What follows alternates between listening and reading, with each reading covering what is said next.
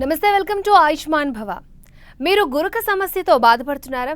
నిద్రలో గురుక రావడానికి కారణాలేంటి? గురుక సమస్యకు పరిష్కార మార్గాలేంటి? చిన్నపిల్లల్లో మరియు పెద్దవారిలో వచ్చే గురుక సమస్యకు లేటెస్ట్ ట్రీట్మెంట్ మెథడ్స్ గురించి వివరించేందుకు మనతో పాటు ఉన్నారు Yashoda hospitals senior ENT head and neck surgeon doctor Manushrut. వారిని అడిగి మరిన్ని సలహాలు సూచనలు తెలుసుకుందాం. నమస్తే డాక్టర్. గురుక ఇది ప్రతి ఇంట్లో కామన్గా ఉండే ఒక సమస్య, ప్రతి ఒక్కరిలో మనం చూస్తూ ఉంటాము. అయితే గురకని ఒక పెద్ద సమస్యగా చూడొచ్చు అంటారా, లేకపోతే లైట్ తీసుకోవాలంటారా?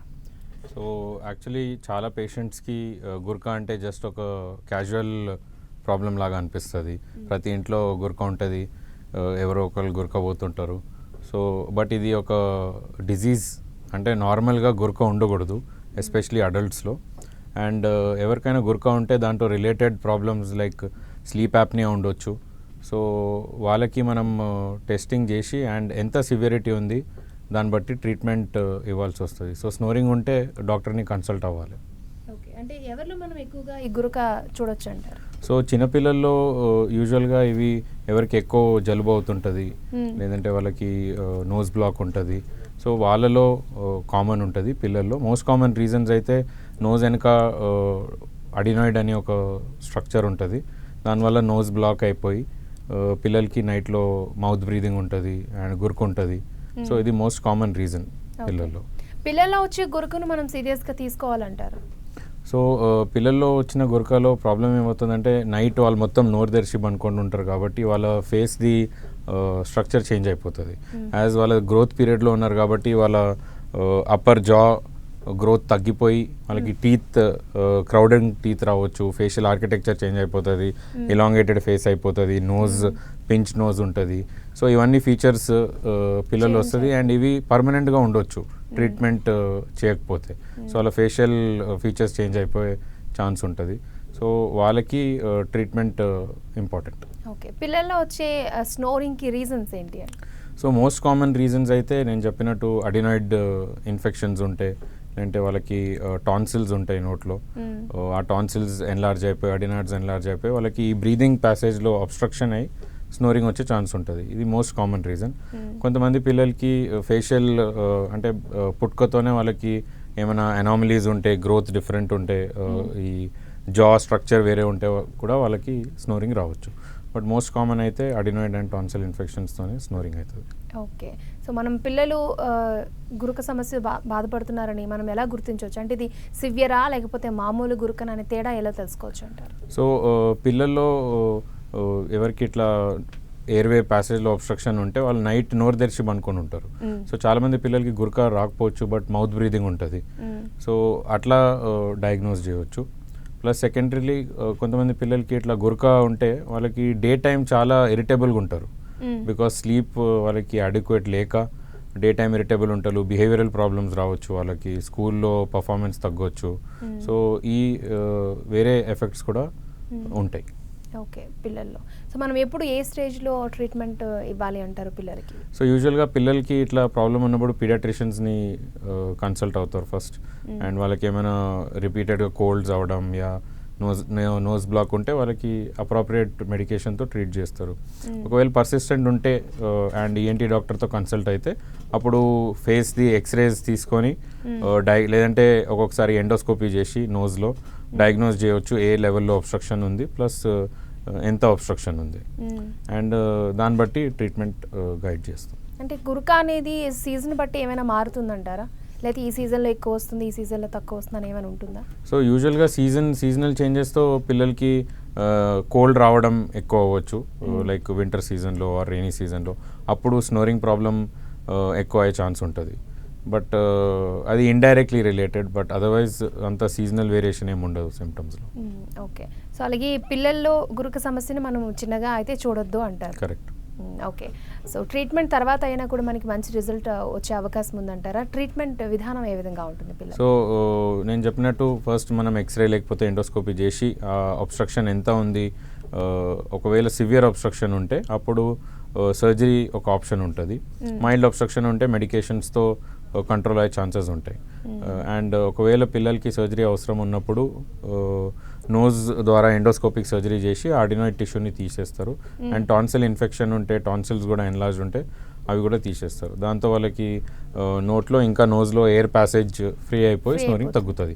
అండ్ యూజువల్గా ఇది వన్ టైం ట్రీట్మెంట్, ఒకసారి సర్జరీ అయిపోతే మళ్ళీ రిపీటెడ్గా ప్రాబ్లమ్స్ ఏం ఉండవు. ఆ టిష్యూ తీసేస్తే చాలామంది పేరెంట్స్కి డౌట్ ఉంటుంది మళ్ళీ వస్తుందా, మళ్ళీ ప్రాబ్లం. లేదంటే ఇంకో డౌట్ ఏముంటుంది అంటే పేరెంట్స్కి ఇప్పుడు చిన్నగా ఉన్నారు కదా, సో కొంచెం పెద్ద అయ్యాక చేయించాం, కానీ ఆ మౌత్ బ్రీదింగ్ ఇండైరెక్ట్ ఎఫెక్ట్స్ నేను చెప్పినట్టు crowding of teeth, facial architecture అదంతా చేంజ్ అయిపోతుంది. సో మనం డయాగ్నోస్ చేసినప్పుడు ప్రాబ్లం ఉందంటే ట్రీట్మెంట్ చేసుకోవడం బెటర్. అంటే ఏ స్టేజ్లో పిల్లలకి ట్రీట్మెంట్ అందిస్తారు, అంటే ఆపరేషన్ చేస్తారు? సో యూజువల్గా ఈ అడినాయిడ్ ఇంకా టాన్సిల్ మనకి బాడీ ఇమ్యూనిటీ డెవలప్ చేయడానికి హెల్ప్ చేస్తాయి. బట్ అవి ఓన్లీ 4 to 5 years ఏజ్ వరకే దాని రోల్ ఉంటుంది. 4 years తర్వాత ఒకవేళ వాళ్ళకి రిపీటెడ్ ఇన్ఫెక్షన్స్ అవుతున్నాయి, లేదంటే అలర్జీస్ ఉన్నాయి, ఆ పిల్లల్లోనే ఈ పర్సిస్ట్ అవుతాయి అండ్ వాళ్ళకి స్నోరింగ్ లేదంటే మౌత్ బ్రీదింగ్ ఇష్యూస్ ఉంటాయి. ఒకవేళ వాళ్ళకి ఇట్లా అలర్జీస్ ఏం లేవు అంటే నార్మల్గా ఆటోమేటిక్గా ఆ టిష్యూస్ రిగ్రెస్ అయిపోయి తక్కువ సైజ్ తగ్గిపోయి నార్మల్ కిడ్స్కి ఆ ప్రాబ్లం ఉండవు. సో ఓన్లీ ఇట్లా రిపీటెడ్గా ఇన్ఫెక్షన్స్ అయిన వాళ్ళకే ఈ ఇష్యూ వస్తుంది. సో చాలామంది పేరెంట్స్ ఈ డౌట్ కూడా అడుగుతారు ఇమ్యూనిటీకి, ఎందుకంటే ఎక్కడ మీరు గూగుల్ చేసినా ఫస్ట్ స్టేట్మెంట్ అదే వస్తుంది, టాన్సిల్ అడినాయిడ్స్ ఇమ్యూనిటీ కోసం అవసరం. సో పేరెంట్స్కి అది కూడా డౌట్ ఉంటుంది, ఇమ్యూనిటీ తగ్గిపోతుంది కదా, లేదంటే ఇమ్యూనిటీ డెవలప్ కాదు. బట్ యూజువల్గా 4 years తర్వాత దాని రోల్ అంతా ఉండదు ఇమ్యూనిటీ డెవలప్మెంట్లో. అండ్ అది ఉంటే ఈ స్నోరింగ్ ఉంటే problems are more than benefit. So అప్పుడే సర్జరీ అడ్వైజబుల్ ఉంటుంది. సో ఈ స్నోరింగ్ అనేది మనం మంత్స్ బేబీలో కూడా చూడొచ్చు అంటారా? సో కొంతమంది పిల్లలకి పుట్టుకతో కూడా ఉండొచ్చు, బట్ వాళ్ళకి వేరే రీజన్స్ ఉంటాయి. అంటే నోజ్లో కాకుండా లోవర్ పార్ట్లో ఏమైనా డెవలప్మెంటల్ ప్రాబ్లమ్ ఉంటే, లేదంటే బర్త్తోనే ఏమైనా డిఫెక్ట్ ఉంటే స్నోరింగ్ ఉండొచ్చు. బట్ అదంతా కామన్ కాదు. అండ్ ఈ ఒకవేళ సర్జరీ అవసరం ఉన్నా కూడా ఏజ్ తక్కువ ఉన్నా కూడా 3 years 4 years పిల్లలకి కూడా ఒకవేళ స్నోరింగ్ చాలా సివియర్గా ఉంది అంటే వాళ్ళకి సర్జరీ అవసరం పడవచ్చు. సో చాలా మంది పేరెంట్స్ గురకని పెద్ద సమస్యగా చూడరు, గురకే కదా తగ్గిపోతుందిలే జలుబు అది కంట్రోల్ అయిన తర్వాత అని అనుకుంటూ ఉంటారు. అలాంటి పేరెంట్స్కి ఏం చెప్తారు? సో అట్లాంటి పేరెంట్స్కి ఫస్ట్ అయితే మనం కౌన్సిలింగ్ చేస్తాం. దట్ యూనో పర్సిస్టెంట్గా ఉంటేనే ఇది ప్రాబ్లం. ఇనిషియల్గా మెడికేషన్ నేజల్ స్ప్రేస్ ఇస్తాం, దాంతో తక్కువ అయ్యే ఛాన్స్ ఉంటుంది. బట్ దీనికి ఇండైరెక్ట్ ఎఫెక్ట్స్ చాలా ఉంటాయి. లైక్ టీత్ క్రౌడెడ్ ఉంటాయి. లైక్ చాలామంది పిల్లలకి మనం చూస్తే వాళ్ళకి మిల్క్ టూత్ పడిపోయాక నెక్స్ట్ టీత్ వస్తాయి, అన్ని క్రాస్ వస్తాయి, లేదంటే పెద్దగా వస్తాయి కొన్ని. సో అదంతా అప్పర్ జాది గ్రోత్ లేక ఆ ఎఫెక్ట్ పడుతుంది. సో ఒకవేళ ఈ ప్రాబ్లమ్ ఇగ్నోర్ చేసినా కూడా అండ్ లేటర్ ఆన్ డెంటల్ ట్రీట్మెంట్కి పోతే అప్పుడు కూడా దాని ఎఫెక్ట్ అంతా ఉండదు, బికాజ్ ఇంకా చైల్డ్ మౌత్ బ్రీదింగే చేస్తున్నాడు. సో మౌత్ బ్రీదింగ్ చేసినప్పుడు ట్రీట్మెంట్ కూడా సక్సెస్ఫుల్ ఉండదు. సో అప్పుడు వాళ్ళకి అడినాయిడ్ సర్జరీ చేసే డెంటల్ ట్రీట్మెంట్ చేయాల్సి వస్తుంది. సో పేరెంట్స్ ఏ విషయాల్ని గ్రహించాలంటారు ఈ గురుక విషయంలో? అంటే నార్మల్ గురుకుతో మా కిడ్ బాధపడుతున్నాడు, అయితే సివియర్ ప్రాబ్లంతో బాధపడుతున్నాడు అని తెలుసుకోవడానికి తేడాలు ఏమై ఉండొచ్చు అంటారు? సో దానిలో ఫ్యూ పాయింట్స్ ఏమంటే పిల్లలకి కోల్డ్ లేకున్నా కూడా జలుబు ఉన్నప్పుడు న్యాచురల్గా నోస్ బ్లాక్ అయ్యి కొన్ని రోజులు స్నోరింగ్ ఉండొచ్చు, లేదంటే మౌత్ బ్రీదింగ్ ఉండొచ్చు. బట్ పిల్లలకి జలుబు లేకున్నా కూడా నోస్ అదర్ ఇష్యూస్ లేకున్నా కూడా పర్సిస్టెంట్గా మౌత్ బ్రీత్ చేస్తారు, స్నోర్ చేస్తారు. కొంతమంది పిల్లలు నైట్లో లేచి కూర్చుంటారు ఏడ్చుకుంటా, అంటే వాళ్ళకి అప్పుడు బ్లాకేజ్ ఎక్కువ అయ్యి వాళ్ళకి ఆక్సిజన్ అందక అట్లా సిచ్యువేషన్స్ రావచ్చు. దాన్ని యాప్నిక్ స్పెల్ అంటాం, అబ్స్ట్రక్టివ్ స్లీప్ యాప్ని అంటాం. సో ఆ సిచ్యువేషన్స్ ఉంటే డెఫినెట్లీ కన్సల్ట్ అవ్వాలి. ఇది కాకుండా ఒకవేళ డే టైంలో కూడా పిల్లల్లో మనం ఏమైనా బిహేవియరల్ ప్రాబ్లమ్స్ అబ్జర్వ్ చేస్తే, లైక్ అటెన్షన్ డెఫిసిట్ డిజార్డర్ ఉంటుంది ఒకటి, ADHD, అది కూడా వచ్చే ఛాన్స్ ఉంటుంది. అంటే ఎప్పుడు వాళ్ళకి ఒక థింగ్ మీద అటెన్షన్ పే చేయలేరు, రిపీటెడ్గా క్రాంకీ ఉంటారు, ఆడుకోరు సరిగ్గా, అండ్ సమ్టైమ్స్ డయట్ కూడా ఫుడ్ సరిగ్గా తీసుకోరు. సో బిహేవియరల్ ప్రాబ్లమ్స్ కూడా వచ్చే ఛాన్స్ ఉంటాయి. సో ఇట్లా ఉన్నా కూడా మనం అడినాయిడ్కి టాన్సిల్కి ఇవాల్యుయేట్ చేసుకోవడం బెటర్. ఓకే, బిహేవియర్ ప్రాబ్లమ్స్ వల్ల అంటే ఈ ప్రాబ్లమ్సే కాకుండా గ్రోత్ మీద ఎఫెక్ట్ పడే అవకాశం ఉంటుందంటారా ఈ సమస్య? సో అదే ఇండైరెక్ట్లీ, బికాజ్ టాన్సిల్స్ ఉంటే మౌత్ బ్రీదింగ్ ఉంటే తిన్నప్పుడు కూడా వాళ్ళు నోజ్ నుంచి బ్రీత్ చేయలేరు. సో ఆటోమేటిక్గా వాళ్ళది ఇంటేక్ తగ్గిపోతుంది, ఆకలి ఉండదు, అండ్ అడిక్వేట్ న్యూట్రిషన్ బోత్, కాబట్టి గ్రోత్ ఎఫెక్ట్ అవుతుంది. ఓకే, లక్షణాలు ఏ విధంగా ఉంటాయి అంటారు గురుకవి? అంటే యూజువల్గా అయితే పేషెంట్స్ స్లీప్ ప్రాబ్లమ్స్ ఉంటాయి వాళ్ళకి, and main issues sleep related ఉంటాయి. అండ్ డే టైంలో నేను చెప్పిన బిహేవియరల్ ఇష్యూస్ ఉంటాయి. ఓకే, సో అడల్ట్స్కి వచ్చేద్దాం. పిల్లల్లో చాలా విషయాలు తెలుసుకున్నాం. పెద్దల్లో వచ్చే ఈ స్నోరింగ్ని ఏ విధంగా మనం చూడాలంటారు? అంటే నార్మల్ చాలామంది డ్రింక్ చేసే వాళ్ళు స్నోరింగ్ ఒకలా ఉంటుంది, నార్మల్ ఏజ్డ్ పీపుల్ది ఒకలా ఉంటుంది. డిఫరెన్స్ ఏంటి? సో అడల్ట్స్లో యాక్చువల్లీ స్నోరింగ్ చాలా క్యాజువల్గా తీసుకుంటారు. అంటే అదొకటి నేను గురక పెడతానని అదొక ఎంటైటిల్మెంట్ లాగా ఉంటుంది వాళ్ళకి. సో అది సీరియస్గా తీసుకోరు. అండ్ అఫ్ కోర్స్ డ్రింక్ చేసిన తర్వాత ఆర్ ఎనీ సబ్స్టెన్స్ అబ్యూస్ తర్వాత, బికాజ్ మనది న్యూరోమస్క్యులర్ కోఆర్డినేషన్ వీక్ ఉంటుంది కాబట్టి అప్పుడు స్నోరింగ్ వచ్చే ఛాన్స్ ఉంటుంది. బట్ మేజర్ ప్రాబ్లం అబ్స్ట్రక్షన్ వల్ల అవుతుంది మ్యాక్సిమం పేషెంట్స్కి. అండ్ ఇది మనం ఒబీస్ పేషెంట్స్లో, వెయిట్ ఎక్కువ ఉన్న వాళ్ళలో కాకుండా ఈవెన్ ఫిట్ ఉన్న పేషెంట్స్లో కూడా వచ్చే అవకాశం ఉంటుంది. సో ఆ స్నోరింగ్ ఆ పేషెంట్ని బట్టి మనం డయాగ్నోస్ చేసి అప్రోప్రియేట్ ట్రీట్మెంట్ ఇస్తాం. అంటే ఒబేసిటీ ఉన్న వాళ్ళలో కూడా మనం స్నోరింగ్ ఎక్కువ చూస్తుంటాం మీరు అన్నారు. ఫిట్ పీపుల్లో కూడా ఎందుకు ఉంటుందంటారు అలా? సో ఒబీస్ పీపుల్లో యూజువలీ ఏమవుతుందంటే ఎక్కువ ఫ్యాట్ డిపాజిషన్ అవుతుంది నెక్లో. అండ్ మోస్ట్ కామన్ రీజన్ స్నోరింగ్కి ఏమవుతుందంటే పండుకున్నప్పుడు మజిల్స్ అంతా రిలాక్స్ అయిపోయి ఈ ఫ్యాట్ వల్ల టంగ్ వెనకాకు పడిపోతుంది. ఎందుకంటే మజిల్లో నైట్లో ఆ స్ట్రెంగ్త్ ఉండదు అండ్ రిలాక్స్ అయిపోయి అది వెనకాకు పడిపోయి మనకి బ్రీతింగ్ అందక స్నోరింగ్ సౌండ్ వస్తుంది. ఆ టిష్యూ అంతా వైబ్రేట్ అయ్యి స్నోరింగ్ సౌండ్ వస్తుంది. అండ్ ఒకవేళ అబ్స్ట్రక్షన్ ఎక్కువ ఉందంటే అప్పుడు పేషెంట్కి నైట్లో పేషెంట్ లేచి కూర్చుంటారు, సడన్ లేచి ఇట్లా పెద్ద బ్రెత్ తీసుకుంటారు. సో అది యాప్నిక్ స్పెల్ అంటాం, అబ్స్ట్రక్టివ్ స్లీప్ యాప్నియా. అంటే స్నోరింగ్ ఉండ ఈ ప్రాబ్లం కూడా కంటిన్యూలో ఉండొచ్చు. సో ఒబీస్ పేషెంట్స్లో మెయిన్లీ ఫ్యాట్ డిపాజిషన్ వల్ల ఉంటుంది. బట్ ఒబీస్ కాకుండా ఫిట్ పేషెంట్స్లో వేరే రీజన్స్ ఉండొచ్చు. లైక్ వాళ్ళకి నోస్లో సెప్టమ్ డీవియేషన్ ఉండొచ్చు, నోస్ బ్లాక్ ఉండొచ్చు. ఆర్ అడల్ట్స్లో కూడా చిన్నప్పటి నుంచే టాన్సిల్స్ అట్లనే పర్సిస్ట్ అయినాయి అంటే దానివల్ల కూడా ఉండొచ్చు. కొంతమంది పేషెంట్స్కి మన లోవర్ జా న్యాచురల్గానే చిన్న సైజ్ ఉంటుంది కొంచెం. సో అప్పుడు వాళ్ళకి టంగ్కి నోట్లో స్పేస్ లేక నైట్లో అబ్స్ట్రక్షన్ వచ్చే ఛాన్సెస్ ఎక్కువ ఉంటాయి. సో ఇది వెయిట్తో unrelated, means most of the పేషెంట్స్కి వెయిట్ రిలేటెడ్ ఉండొచ్చు. బట్ చాలా పేషెంట్స్కి లేకున్నా కూడా అబ్స్ట్రక్టివ్ స్లీప్ యాప్నియా, స్నోరింగ్ వచ్చే ఛాన్స్ ఉంటుంది. ఓకే, స్లీప్ యాప్నియా అని చెప్తూ ఉన్నారు, అంటే ఏంటి? సో స్లీప్ యాప్నియా అంటే ఒక 10 seconds కోసం బ్రీదింగ్ ఆగిపోవడం బాడీలో. సో పేషెంట్స్కి ఏమవుతుందంటే నైట్లో అబ్స్ట్రక్షన్ అయ్యి స్లోగా ఆక్సిజన్ లెవెల్స్ పడిపోతుంటాయి. అండ్ ఒక క్రిటికల్ లెవెల్ రీచ్ అయినప్పుడు బ్రెయిన్కి సిగ్నల్ పోతుంది బ్రీత్ తీసుకోవాలని. సో పేషెంట్ సడన్గా లేచి కూర్చొని ఒక గ్యాస్ప్ ఆఫ్ బ్రెత్ తీసుకుంటారు.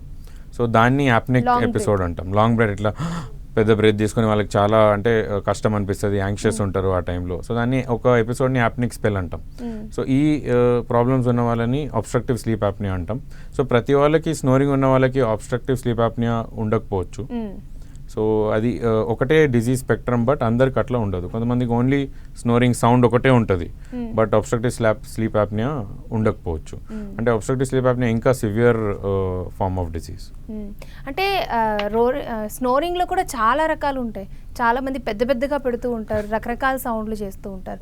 దానికి రీజన్స్ ఏమై ఉండదు? సో లెవెల్ ఆఫ్ అబ్స్ట్రక్షన్ బట్టి ఉంటుంది. ఇప్పుడు ఎయిర్ మనకి నోజ్ నుంచి లంగ్స్ వరకు పోవాలంటే మల్టిపుల్ లెవెల్స్ ఉంటాయి. నోజ్ అబ్స్ట్రక్షన్ ఉండొచ్చు, లేదంటే నోట్లో పెద్ద టంగ్ ఉండి టాన్సిల్ ఉండి అబ్స్ట్రక్షన్ ఉండొచ్చు. కొంతమందికి లోవర్ ఎయిర్వేలో లారింగ్స్ అంటాం, అంటే మన వాయిస్ బాక్స్, ఆ ఏరియాలో కూడా అబ్స్ట్రక్షన్ ఉంటే వాళ్ళకి డిఫరెంట్ టైప్ ఆఫ్ స్నోరింగ్ ఉండొచ్చు. బట్ యూజువల్గా స్నోరింగ్ ఇంటెన్సిటీ కానీ దాని సౌండ్ ఎట్లా వస్తుంది కానీ దాంతో ట్రీట్మెంట్ ఆర్ కాజ్కి కోరిలేషన్ ఉండదు. సో అది పేషెంట్ బట్టి డిఫర్ అవుతుంది. బట్ అదేం ట్రీట్మెంట్ అయితే గైడ్ చేయదు. అంటే స్నోరింగ్ చేసే వాళ్ళు అంత పెద్ద సౌండ్ చేస్తున్నారని మనకి తెలియకపోవడాన్ని అంటే కొంచెం ఇది ఆశ్చర్యంగా అనిపిస్తుంది. సో యూజువల్గా డీప్ స్లీప్లోనే అట్లా అవుతుంది. అండ్ మీరు చెప్పినట్టు యూజువల్గా పేషెంట్స్ రారు, వాళ్ళ పార్ట్నర్స్ వస్తారు కంప్లైంట్స్తో దట్ స్నోరింగ్ ఎంత సివియర్ ఉంది, వాళ్ళకి సోషల్ వాళ్ళ పర్సనల్ లైఫ్లో ప్రాబ్లమ్స్ అవుతున్నాయి. ఓకే, అంటే ఇప్పుడు చాలా చాలా వస్తున్నాయి కదా స్నోరింగ్ని ఆపడానికి, లైక్ ట్రీట్మెంట్స్ కానీ, లైక్ ఒక బ్యాండ్ లాంటిది నోస్ మీద అలాంటివన్నీ వర్కౌట్ అవుతాయి అంటారా? So over the counter devices available ఉన్నాయి. మీరు చెప్పినట్టు నోస్ మీద ఒక ప్లాస్టర్ లాగా ఉంటుంది, లేదంటే కొన్ని మౌత్ గార్డ్స్ దొరుకుతాయి. బట్ ఇవన్నీ ప్రూవెన్ డివైసెస్ కాదు. అంటే మీకు ఈ లెవెల్లో అబ్స్ట్రక్షన్ ఉంటేనే అది హెల్ప్ చేస్తుంది. బట్ వేరే లెవెల్లో అబ్స్ట్రక్షన్ అంటే ఇది నేజల్ వాల్వ్ అంటాం. ఒకవేళ ఇది కొలాప్స్ అవుతుంది మనం బ్రీదింగ్ చేసినప్పుడు, అప్పుడు ప్లాస్టర్ లాంటిది అది హెల్ప్ చేస్తుంది. బట్ అది అంత కామన్ కాజ్ కాదు. అది అందరి పేషెంట్స్కి సెట్ కాదు. కరెక్ట్. ఓకే, సో అలాగే స్లీప్ యాప్ని అని చెప్పారు. అది వచ్చేటప్పుడు ఏమైనా మనకి కాంప్లికేషన్స్ ఉంటాయంటారా? హెల్త్ ఇష్యూస్ ఏమైనా ఎఫెక్ట్ అయ్యే అవకాశం ఉందా? సో ఇది స్నోరింగ్ అండ్ అబ్స్ట్రక్టివ్ స్లీప్ యాప్నియాతో ఇది క్రానిక్ డిజీజ్ లాగా, డయాబెటీస్, హైపర్ టెన్షన్ లాగా. సో లాంగ్ టర్మ్ ఎఫెక్ట్స్ ఉంటాయి పేషెంట్ మీద. ఎవ్రీ నైట్ పేషెంట్ చాలా రెసిస్టెన్స్తో బ్రీదింగ్ తీసుకుంటున్నారు కాబట్టి దాని సైడ్ ఎఫెక్ట్ హార్ట్ మీద ఉంటుంది. హార్ట్ రేట్ ఎక్కువ అవుతుంది. స్లోగా ఈ పేషెంట్స్కి హైపర్ టెన్షన్ డెవలప్ అవుతుంది. నైట్ సడన్లీ హార్ట్ అటాక్స్ వచ్చే ఛాన్స్ ఉంటాయి. అండ్ అట్లా బ్రీదింగ్ ఒకటేసారి ఆగిపోయి ఆక్సిజన్ లెవెల్స్ పడిపోయి ఇంకా లైఫ్ థ్రెట్ ఉంటుంది వాళ్ళకి. సో చనిపోయే ఏమైనా అలాంటి కేసెస్ చూసారా మీరు? సో యూజువల్గా ఏమవుతుందంటే పేషెంట్కి ఐదర్ యూజువల్గా హార్ట్ అటాక్ వచ్చే డెత్ అయ్యే ఛాన్స్ ఉంటుంది. బట్ దాన్ని డైరెక్ట్గా ఇది అబ్స్ట్రక్టివ్ స్లీప్ యాప్నియా వల్లనే అయింది అని అట్రిబ్యూట్ చేయలేము ఆ పాయింట్లో. బట్ అటువంటి పేషెంట్స్లో ఈ హిస్టరీ ఉండే ఛాన్సెస్ ఉంటాయి. ఓకే. అలాగే లాంగ్ టైంలో మనం దీన్ని నెగ్లెక్ట్ చేస్తే క్రానిక్ స్టేజ్లోకి వెళ్ళిపోతే కాంప్లికేషన్స్ అనేవి ఏ విధంగా ఉంటాయి? సో అదే నేను చెప్పినట్టు ఒకటైతే హైపర్ టెన్షన్ డెవలప్ అవ్వచ్చు. దెన్ పల్మనరీ హైపర్ టెన్షన్ అంటాం, అంటే రివర్స్ లంగ్ మీద ప్రెషర్ అయ్యి అండ్ హార్ట్ అటాక్స్ రావచ్చు. అనేది కాకుండా డే టు డే లైఫ్లో పేషెంట్కి చాలా ఎఫెక్ట్ ఉంటుంది. అంటే నైట్ స్లీప్ అంత మంచిగా ఉండదు కాబట్టి డే టైమ్ స్లీపీనెస్ అంటాం. అంటే ఈవెన్ స్లీప్ యాప్నియాని డయాగ్నోజ్ చేయడానికి ఒక క్వశ్చనైర్ ఉంటుంది, ఎప్వర్త్ స్లీపీనెస్ స్కేల్ అంటాం. సో దాంట్లో కామన్ క్వశ్చన్స్ ఉంటాయి, లైక్ ఇఫ్ యూర్ స్టడీయింగ్ అంటే టేబుల్ మీద బుక్ చదువుతున్నారంటే నిద్ర వచ్చేస్తుందా, టీవీ చూస్తున్నారంటే నిద్ర వచ్చేస్తారా, అంటే డ్రైవ్ చేస్తున్నారు సిగ్నల్ దగ్గర ఆపితే నిద్ర వస్తుందా, ఇట్లా కొన్ని క్వశ్చన్స్. అంటే పేషెంట్ అసెస్మెంట్, పేషెంట్ వాళ్ళే మైల్డా సివియరా టిక్ చేస్తారు, దాన్ని బట్టి వాళ్ళ సివియరిటీ డయాగ్నోజ్ చేయవచ్చు. సో డే టైమ్ స్లీపీనెస్ చాలా ఇంపార్టెంట్ అది. అంటే కొంతమంది మనం చూస్తుంటాం కూర్చొని ఉండగానే వాళ్ళకి నిద్ర వచ్చేస్తుంది. సో యూజువల్గా ఈ పేషెంట్స్కి స్లీప్ యాప్నియా హిస్టరీ ఉంటుంది. అండ్ దీంతో డ్రైవ్ చేస్తున్నప్పుడు ట్రాఫిక్లో ఉన్నప్పుడు నిద్ర వచ్చే ఛాన్స్ ఉంటుంది. సో యాక్సిడెంట్స్ అవ్వచ్చు. సో ఇవన్నీ కొన్ని ఎక్స్టెండెడ్ అంటే ఎఫెక్ట్స్ దీనిది. సో స్లీప్ యాప్ని డయాగ్నోస్ చేయొచ్చు అని మీరు చెప్పారు. సో ట్రీట్మెంట్ తీసుకుంటే వాటి నుంచి మనం బయటపడొచ్చు అంటారా? సో స్లీప్ యాప్నియా ఇది ఒక మెకానికల్ ప్రాబ్లం బేసిక్గా, ఎందుకంటే ఎయిర్వేలో టిష్యూస్ కొలాప్స్ అయ్యి అబ్స్ట్రక్ట్ అవుతుంది. సో యూజువల్గా ఈ పేషెంట్స్కి ఫస్ట్ ఇన్వెస్టిగేషన్ స్లీప్ స్టడీ అని ఉంటుంది. ఆ స్లీప్ స్టడీలో అంటే ఇంట్లో చేయవచ్చు ఆర్ హాస్పిటల్లో చేయవచ్చు. ఆ పర్టికులర్ నైట్ ఒక డివైస్ అటాచ్ చేస్తారు బాడీకి, దానికి డిఫరెంట్ కేబుల్స్ వచ్చి ఆక్సిజన్ లెవెల్స్ మానిటర్ చేయడం, మన బ్రెయిన్ ఏ స్లీప్ లెవెల్లో ఉందా మానిటర్ చేయడం, అండ్ స్నోరింగ్ ఎప్పుడెప్పుడు స్నోరింగ్ అవుతుంది, మనం ఏ స్టేజ్ ఆఫ్ స్లీప్లో డీప్ స్లీప్లో ఉన్నప్పుడు స్నోరింగ్ ఉందా లేదంటే వేరే స్టేజ్లో ఉందా, అండ్ ఆక్సిజన్ లెవెల్స్ ఎంత పడిపోతున్నాయి, యాప్నిక్ స్పెల్స్ ఎన్ని అయినాయి. సో ఇవన్నీ ఆ డివైస్ డేటా క్యాప్చర్ చేసి రిపోర్ట్ ఇస్తుంది. దీన్ని పాలిసామ్నోగ్రఫీ ఆర్ స్లీప్ స్టడీ అంటాం. సో ఆ డేటా బట్టి డయాగ్నోస్ చేయొచ్చు పేషెంట్కి అబ్స్ట్రక్టివ్ స్లీప్ యాప్నియా ఉందా అండ్ ఏ సివియరిటీలో ఉంది. ఇది basic investigation. And sleep study అయిపోయాక పేషెంట్స్ని మనం ఎండోస్కోపీ చేసి లేదంటే స్కాన్ చేసి చెక్ చేస్తాం ఏమైనా గ్రాస్ అబ్స్ట్రక్షన్ ఉందా లేదా.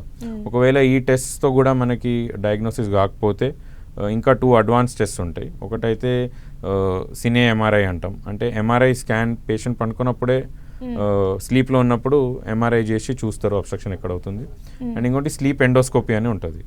అది మనం కొంచెం సివియర్ ఉన్న పేషెంట్స్కి ఎవరికి మనకి డయాగ్నోసిస్ రావట్లేదు లేదంటే సైట్ ఆఫ్ అబ్స్ట్రక్షన్ తెలియట్లేదు, వాళ్ళకి ఆపరేషన్ థియేటర్లో మెడిసిన్స్ ఇచ్చి స్లీప్ స్టేజ్కి తీసుకుపోతాం. అండ్ దెన్ ఆ సేమ్ ప్యారలల్గా మనం ఎండోస్కోప్ పెట్టి నోస్ త్రూ చెక్ చేస్తాం ఈ పేషెంట్ స్నోర్ చేసినప్పుడు. సో పేషెంట్ పండుకొని ఆ స్టేజ్కి పోయి స్నోరింగ్ స్టార్ట్ అవ్వగానే మనం ఎండోస్కోపీతో డయాగ్నోస్ చేస్తాం ఏ లెవెల్లో అబ్స్ట్రక్షన్ ఉంది. సో దాన్ని బట్టి మనం ట్రీట్మెంట్ గైడ్ చేస్తాం. ఓకే. అంటే స్నోరింగ్ చేసే వాళ్ళు పడుకునే విధానం బట్టి కూడా స్నోరింగ్ ఎక్కువ అవడం తక్కువ అవడం అనేది ఉంటుంది. అంటే చాలా మంది గట్టిగా చేసినప్పుడు జస్ట్ మళ్ళీ ఇలా వాళ్ళని కదిపితే ఆపేస్తారు సగంలో, మళ్ళీ స్టార్ట్ చేస్తారు. సో స్లీపింగ్ పొజిషన్ ఏ విధంగా ఉండాలి? సో చాలా పేషెంట్స్ యాక్చువల్లీ చెప్తారు మేము స్ట్రైట్గా పండుకున్నప్పుడు స్నోరింగ్ ఎక్కువ అవుతుంది, సైడ్కి పండుకుంటే స్నోరింగ్ తగ్గిపోతుంది. సో యూజువల్గా సైడ్ పండుకున్నప్పుడు ఏమవుతుందంటే టంగ్ ఎయిర్వేలో వెనకాక పడకుండా సైడ్కి ఉంటుంది కాబట్టి ఆటోమేటిక్గా ఎయిర్వే కొంచెం ఓపెన్ అయిపోతుంది. సో యూజువల్గా ఇనీషియల్ స్టేజెస్లో పేషెంట్స్ కౌన్సిల్ చేసినప్పుడు కూడా అంటే ఎక్కువ సివియర్ డిజీజ్ లేనప్పుడు స్లీప్ పొజిషనింగ్ అడ్వైజ్ చేస్తాం. దట్ ఒక సైడ్కి పండుకోండి లేదంటే ఉల్టా పండుకోవాలి బ్యాక్ మీద కాకుండా. అండ్ అదర్ థింగ్స్ ఏం చెప్తామంటే వెయిట్ లాస్ అటెంప్ట్ చేయడానికి కౌన్సిల్ చేస్తాం, diet and weight loss. Because వాళ్ళు వెయిట్ తగ్గితే బిఎంఐ వాళ్ళ టోటల్ బిఎంఐ తగ్గితే స్నోరింగ్ సివియరిటీ తగ్గే ఛాన్సెస్ చాలా హై ఉంటుంది. ఓకే, అలాగే ఎటువంటి ఫుడ్ తీసుకోవాలంటారు? యూజువల్గా నేను చెప్పినట్టు ఒబీస్ పీపుల్లో ఉంటే వాళ్ళకి కన్సర్న్డ్ డైటీషియన్తో కన్సల్ట్ అయ్యి ఎక్కువ కార్బోహైడ్రేట్స్ అవాయిడ్ చేసి ప్రోటీన్ ఫుడ్ తీసుకొని వెయిట్ లాస్ అట్లీస్ట్ ఒక 5 kgs వెయిట్ లాస్ టార్గెట్ చేస్తే వాళ్ళకి చాలా సిమ్టమ్స్ తగ్గే ఛాన్సెస్ ఉంటాయి. అంటే కొంతమంది పేషెంట్స్కి రీసెంట్ ఆన్సెట్ ఉంటుంది, అంటే రీసెంట్గా ఒక 10 kgs వెయిట్ గెయిన్ అయింది అండ్ స్నోరింగ్ స్టార్ట్ అయిపోయింది. సో అటువంటి పేషెంట్స్కి weight loss will help. Okay, అలాగే స్నోరింగ్కి స్లీప్ యాప్నీకి ఉన్న తేడా ఏంటంటారు? సో స్నోరింగ్ ఈజ్ మెయిన్లీ ఒక సౌండ్ అంతే. ఎయిర్వేలో మెకానికల్ అబ్స్ట్రక్షన్ అయి ప్యాసేజ్ నేరో అయిపోయి ఎయిర్ సరిగా పోక దాంతో వైబ్రేషన్స్ ప్రొడ్యూస్ అవుతాయి, దట్ ఈస్ స్నోరింగ్.